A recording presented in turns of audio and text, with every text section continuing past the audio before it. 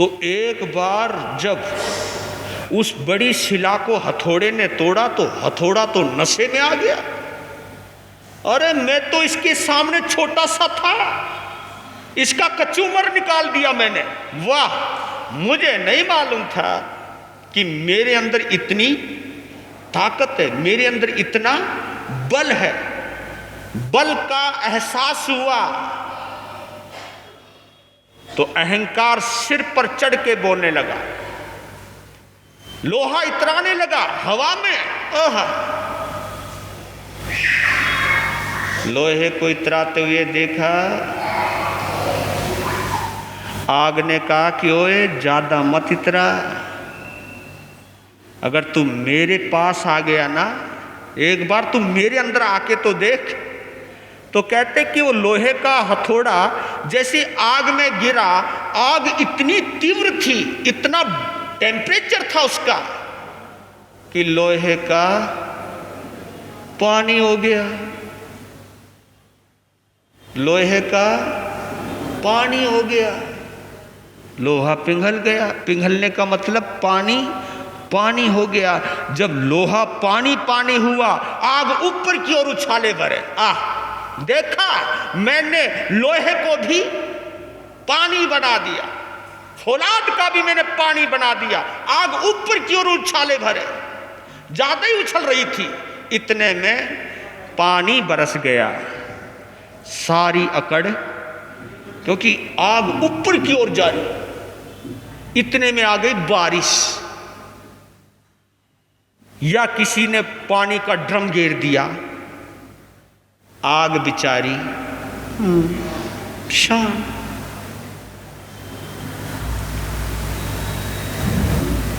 पानी ने आग की अकड़ निकाली। अजी कमाल हो गया, आग की अकड़ पानी में घुस गई और पानी यूं यूं घूमे। पानी जैसे सांप नहीं चलता, पानी यूं यूं घूमे, इतराने लगा पानी भी। वाह, आग की सारी अकड़, आग की सारी ऊंचाई मैंने अपने चरणों में ला दी। पानी इतरा रही हो तो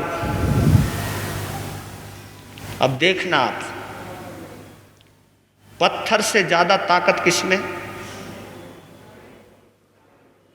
पत्थर से ज्यादा ताकत हथौड़े। हथौड़ा किसका होता है? लोहे का। पत्थर से ज्यादा ताकत हथौड़े में, लोहे में, और लोहे से ज्यादा ताकत आग में, आग से ज्यादा ताकत पानी में, और पानी से ज्यादा ताकत हवा में। हवा अच्छे अच्छों का पानी सुखा देती है। जब हवा चलती है ना तो अच्छे अच्छों का पानी सुखा देती है। पानी सुखा दिया, अब हवा और इतराने लगी। हवा तो चारों तरफ से उतराने लगी, ऊपर नीचे, क्योंकि हवा की भी जो गति है वो तिरछी गति है। हवा इतराने लगी। पहली बार एहसास हुआ हवा को कि पानी से ज्यादा ताकत मारे में है। तो पानी से ज्यादा ताकत हवा में, और हवा से ज्यादा ताकत, हवा से ज्यादा ताकत किसमें? यहां तक तो आपने देखा है ना, इसलिए फटाफट बोलते गए। पत्थर से ज्यादा ताकत लोहे में, लोहे से ज्यादा ताकत आग में, आग से ज्यादा ताकत पानी में, पानी से ज्यादा ताकत हवा में, और हवा से ज्यादा ताकत, बोल लो ना। कोई भी नहीं बोलेगा कि नहीं।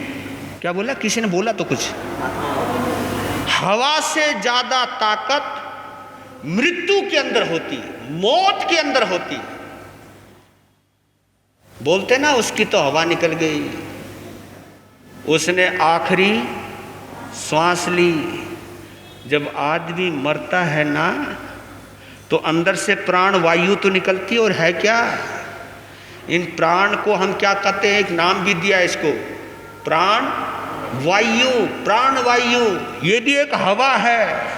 इस हवा का हरण कौन करता है?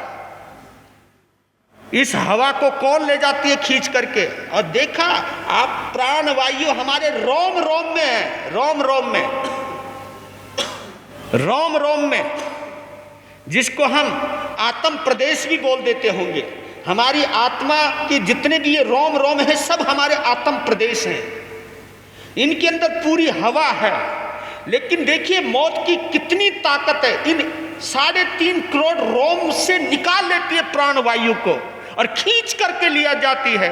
अभी आदमी मुस्कुरा रहा था, हंस रहा था, खड़ा हुआ था, बिल्कुल जवानी की लाली में मशगूल था, लगता ही नहीं था ये आदमी अभी चला जाएगा। मैंने तो आज के जमाने में ये खेल देखा है, 90 95 साल के बुजुर्ग खटिया पे पड़े हैं और नौजवान जा रहे हैं। मौत की ताकत हवा से भी ज्यादा है। ये देखो आपकी इस हवा को कहाँ ले जाती है वो, और क्या पावर है, कभी नरक में ले जाती है, कभी स्वर्ग में ले जाती है, कहाँ कहाँ ले जाती है, क्योंकि अधीन है अभी कार्बन शरीर के अंदर आत्मा हमारी फंसी पड़ी है।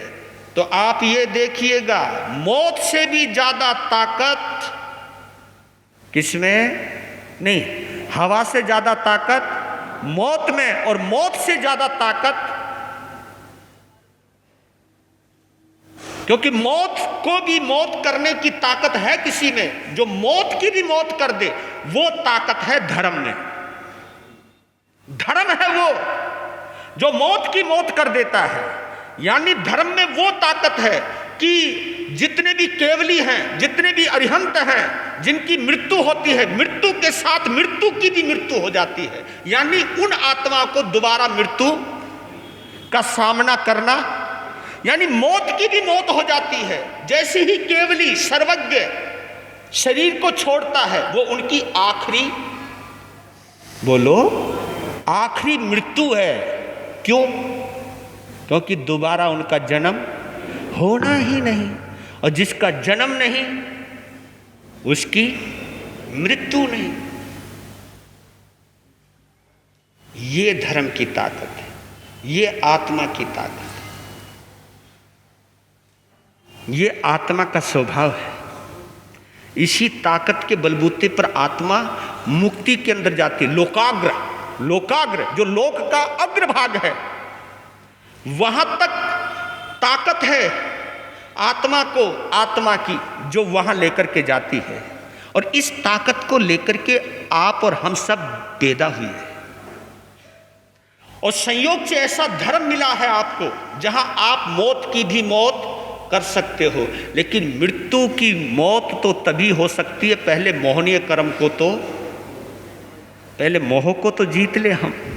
ये मोह ही है जो हमें बार बार मारता है, और इस बार बार मृत्यु का एक ही वजह, एक ही कारण है, उसका एक नाम दिया है जिजीविषा। क्या बोला? जिजीविषा। इसका मतलब जीने की इच्छा। ना ना ना, मैं मरूं ना। ये जो जीने की इच्छा है ये हमें बार बार मारती है, बार बार मृत्यु के मुंह में ले जाती है। हम मरना नहीं चाहते, बचना है नहीं, मरना हम चाहते नहीं। देखो ना कितनी विडंबना है, मरना हम चाहते नहीं और बचना है नहीं। बचेंगे फिर भी नहीं, चाहे कुछ भी प्रयास कर लो। दवाइयां धरी की धरी रह जाएंगी। सच कह रहा हूं, अच्छे से अच्छा डॉक्टर जो ये कहा करता था, जी ये वो डॉक्टर जो मुर्दे में जान डाल दे, हो सकता है उसी डॉक्टर के द्वारा मौत हो। पता क्या चलता है? जिंदगी को, इसलिए धर्म की महत्ता बतलाने के लिए आप ये चतुर्मास करते हैं। हम किसी तरह हमको आत्मा का बोध मिल जाए, आपको बोध देते देते हमें बोध मिल जाए, इसीलिए चतुर्मास करवाए जाते हैं। इन चतुर्मासों का यही लाभ होता है, इन चतुर्मासों की यही प्रेरणाएं होती हैं। इसलिए धर्म के स्वरूप को समझते हुए अब देखना, स्वामी विवेकानंद की मुझे 2 पंक्तियां पढ़ने को मिली, 2 नहीं 4 पंक्तियां हैं, वो काव्य भाषा में उन्होंने लिखी है। ये बंगाल के थे, वेदांती थे।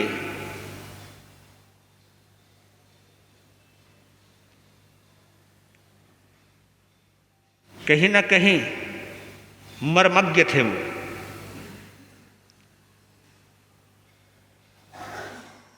उनकी वाणी को पढ़ने के बाद कहीं कहीं एहसास हुआ कि वो महान आत्मा आत्मा के कितनी निकट थी।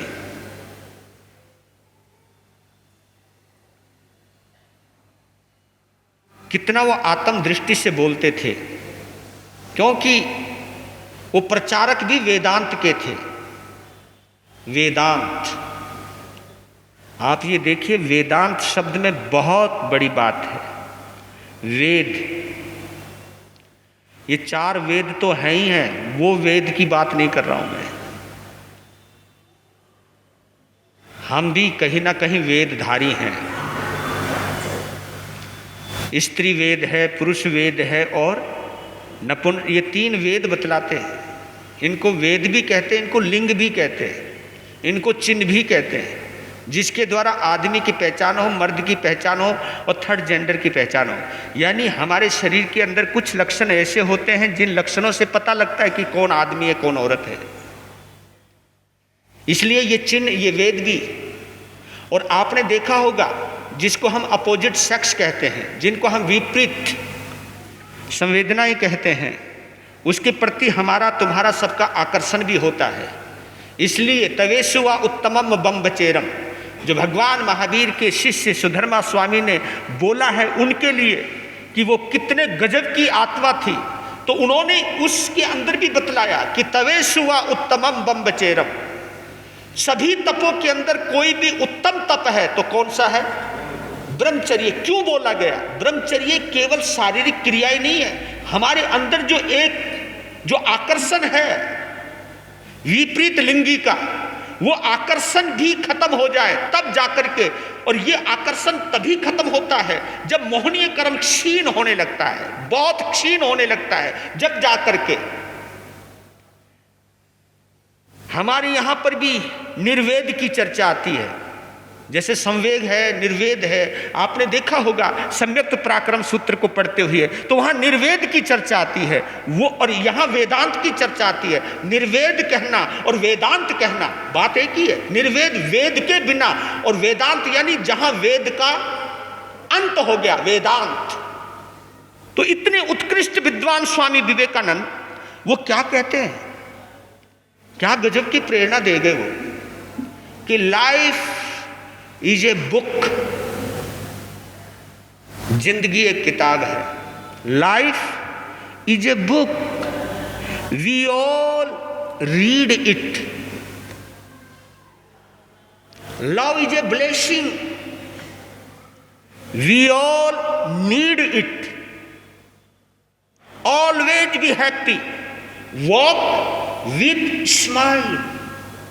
Remember in this world we are just for a while।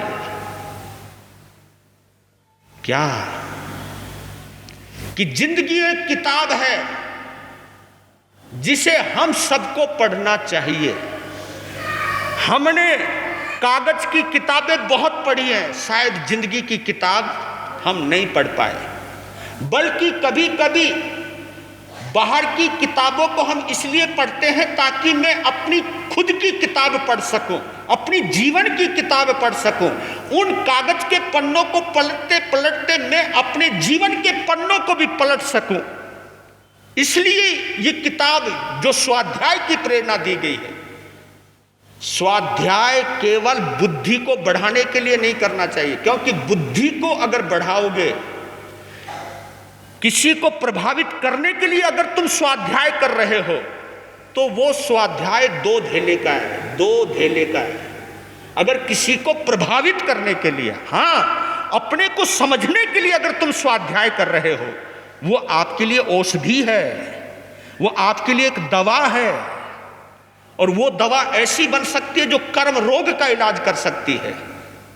और बोलते हैं कि जरूरी नहीं दवा हमेशा दवा हो, दवा का ज़्यादा इस्तेमाल करोगे तो वो भी पॉइजन, राइट। ये डॉक्टर लोग उस डोज को निश्चित कर देते, ये इतने बजे लेनी है, इतनी देर में लेनी है, इतना अंतराल रखना है, इतनी मात्रा में लेनी है। ये ऐसे नहीं कहा गया, ये बताया बॉडी के अंदर बताया गया कि किस बॉडी के अंदर कितनी कैपेसिटी है और इसके आधार पर ये डोज किस तरह काम कर सकती है। उसकी एक प्रक्रिया है, लेने की भी एक प्रक्रिया, तो स्वाध्याय की भी एक प्रक्रिया है। मैं कभी कभी कहता हूं स्वाध्याय करने के बाद, स्वाध्यायियों को मैंने ये बोलते हुए सुना है,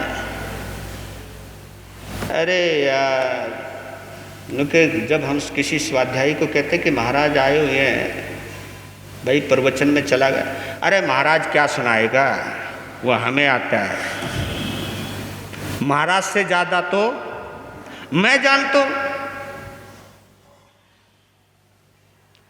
ये महाराज को मैं पढ़ा सकता हूं, लो जी। अगर दूसरा कोई भोली आत्मा है, कोई सरल आत्मा है, संत और भोलेपन में प्रवचन कर रहा है, उसके पास कोई साहित्यिक शैली नहीं है, लेकिन जीवन को समझाने के लिए बहुत छोटे छोटे जन भाषा के शब्द बोलता है, और कोई पढ़ा लिखा ये सोचने लगे लो जी ये तो गांव की भाषा में बोलता है, कोई साधु है या कोई ये विद्वान है। अरे मेरी बंधुओं, जब भी दूसरा तुम्हें छोटा लगने लग जाए स्वाध्याय करते करते, तो समझ लेना ज्ञान अभी हमको हजम नहीं हुआ, ज्ञान हजम हुआ नहीं। और ये एक अपच की बीमारी है। और बताओ ये डाइजेशन जो होता है ना, केवल पेट का नहीं, माइंड का भी होता है। कई चीज़ें ऐसी होती है कि आपके पेट में नहीं पचती, और कई चीज़ें ऐसी होती है आपके दिमाग में नहीं पचती। जहाँ कसायों का उदय हो जाए, समझो वो चीज़ आपको पची नहीं है। ये चेक करते रहना चाहिए। आप 5-5 समायक करते करते भी आपको ये जरूरी नहीं कि 5-5 समायक आपको डाइजेस्ट हो रही है। अगर जो समायक नहीं करता तुम उसको इस दृष्टि से देखो है ये मर के नरक में जाएगा, कुछ कर तो ही नहीं है, शर्म आती नहीं है, जैन घराने में जन्म लिया, समायक करता नहीं। और देखना हमको, हम 5-5 समायक करते। अरे भैया तू अपनी समायक का आनंद ले, तू दूसरे को क्यों कोस रहा है। कभी कभी क्या होता है, कई मेरी माताओं को, मेरी बुजुर्ग माताओं को कई चीज़ों का त्याग होता है, और बहू को खाते हुए देखते तो अंदर ही अंदर किलसती रहती है, कहा ये खाए जा रही। अरे भाई तू खा चुकी और छोड़ दिया, इसको खाने दे, तू किलस क्यों रही है। यानी ये जो किलसन है वो कहीं ना कहीं दूसरे को छोटा समझ रही है, वो पचा नहीं है, वो त्याग आपको पचा नहीं है। त्याग पचना बहुत जरूरी है, स्वाध्याय पचना बहुत जरूरी है। कि life is a book we all read it, ये जिंदगी एक किताब है जिसे हम सबको पढ़ना चाहिए, हम सबको पढ़ना चाहिए। और बताऊं आपको, अगर आपके अंदर एक चीज है जो मैंने पहले दिन बोली थी, समायक का एक ही मकसद होना चाहिए, स्वाध्याय का एक ही मकसद होना चाहिए, सत्संग का एक ही उद्देश्य होना चाहिए। वो उद्देश्य है, वो मकसद है, वो लक्ष्य है, कौन सा? आपकी संवेदनाएं जागनी चाहिए। आपकी क्या जागनी चाहिए? संवेदनाएं, फीलिंगलेस नहीं, फीलिंग फुल। ये फुलफिल होनी चाहिए आपकी फीलिंग। दूसरे के चेहरे को देखते उसका दर्द का पता चल जाना चाहिए आपको। दूसरे की खुशी देख करके आपको भी खुशी हो जानी चाहिए। दूसरे की तकलीफ को देख करके आप खुद तकलीफ में आ जाने चाहिए। इसलिए करुणा कहते हैं, इसी को हम अनुकंपा कहते हैं। कहीं ना कहीं आज इस भौतिकवादी युग में इस अनुकंपा का प्रभाव कम होता जा रहा है। कोई किसी के दर्द की परवाह, मैंने तो देखे सगे भाई, एक मौज कर रहा है, रोटियां के साथ मक्खन खा रहा है, और एक भाई ऐसा है जिसके यहाँ सूखी रोटी भी नहीं है, मैं इसकी हेल्प कर दूं, ऐसे भाव भी पैदा नहीं होते। पर समायिक जरूर करेंगे, स्वाध्याय जरूर करेंगे। क्यों? दूसरे का दर्द भी अगर तुम्हें एहसास नहीं देता, ये महसूस नहीं होता, तो आप कितने फीलिंगलेस हो गए हो। रात होने लगी, सो गया, स्वप्न आया, यहां तक आपने सुना। स्वप्न में कौन? कुल देवी आई। कुल देवी ने कहा, हे पुत्र, तू क्यों आया यहां? कुल देवी को देखते ही स्वप्न में ही, क्योंकि जिस दर्द से भरा हुआ था वो दर्द स्वप्न की अवस्था में भी निकला है। वो दर्द आंसुओं का रूप लेकर बहने लगा और कहने लगा शिकायती स्वर में, क्या आपको आगे हमारे कुल की कुल देवी रहना है या नहीं?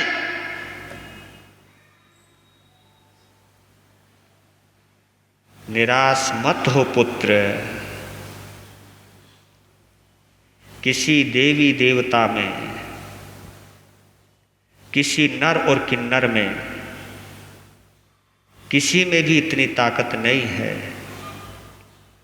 कि किसी को भी समय से पहले और भाग्य से ज़्यादा दे सके। ऐसी ताकत किसी में नहीं है। और मैं तुझे वरदान देने के लिए नहीं प्रकट हुई हूं, मैं तो तुझको तेरे भाग्योदय की सूचना देने के लिए आई हूं। वो कह रही है, आगे कहना शुरू किया, हे पुत्र, जहां तू सोया हुआ है ये तेरी मंजिल नहीं है।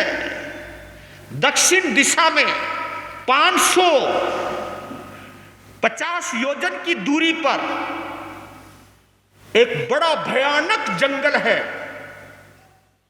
उस जंगल के अंदर एक बहुत बड़ा जलाशय है। जलाशय जिसको आप झील भी कहते हो, बहुत बड़ी झील यानी बहुत बड़ा जलाशय है। उस जलाशय के अंदर एक नागराज अपनी नाग कन्या के साथ रहता है, जिसका नाम है चंद्रवती। उसके माध्यम से तुझे 2 संतान की प्राप्ति होगी।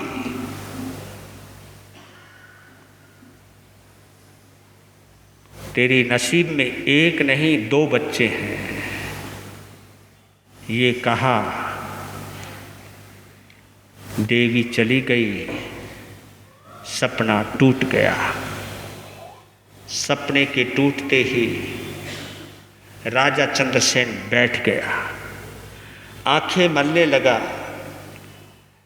कानों में अभी भी कुल देवी की आवाज गूंज रही है, लेकिन सोचने लगा कि कुल देवी ने मुझको स्वप्न में ही दर्शन क्यों दिए? वो वैसे भी तो सामने आ सकती थी। स्वप्न की बात हमेशा सही हो ये तो कोई गारंटी नहीं है। सपने तो झूठे भी तो होते हैं। सोचने लगा, तब सोचा उसने कि सपने अगर झूठे होते हैं तो स्वप्न सच्चे भी होते हैं। ऐसी बात नहीं सारे ही सपने झूठे हों, ये जरूरी नहीं।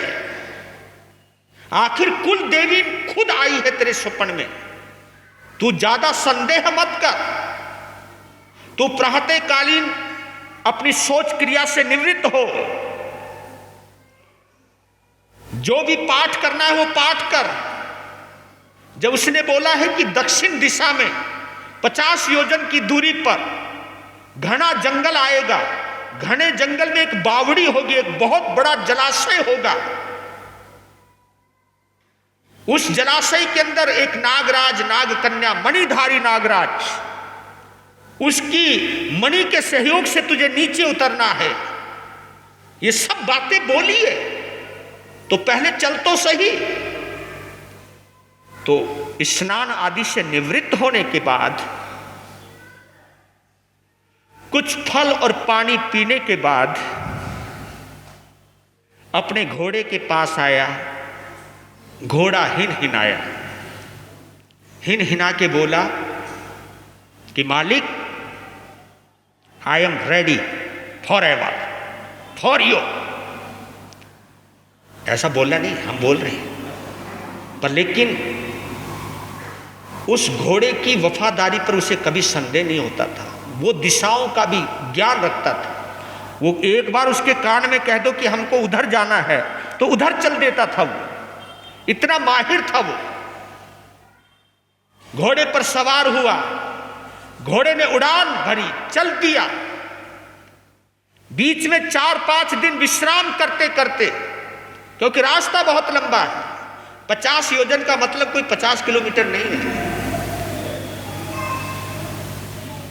बहुत दूरी नापी।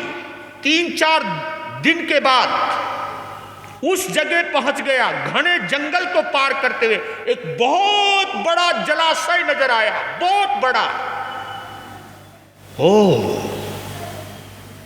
कुल देवी के मुताबिक मैं ठीक जगह पर पहुंच गया हूं। अगर जलाशय मिल गया है तो बाकी की बात भी सत्य होनी चाहिए।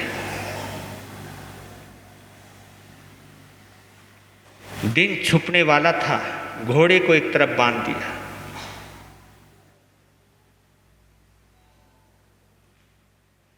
बैठने की जो काठी होती थी उस पे वो उतारी और उसी का तकिया बनाया और सो गया। दिन छुपे हुए 1 या 2 घंटे हुए थे, एकदम हड़बड़ा के उठा और वो पेड़ के ऊपर जाकर के बैठ गया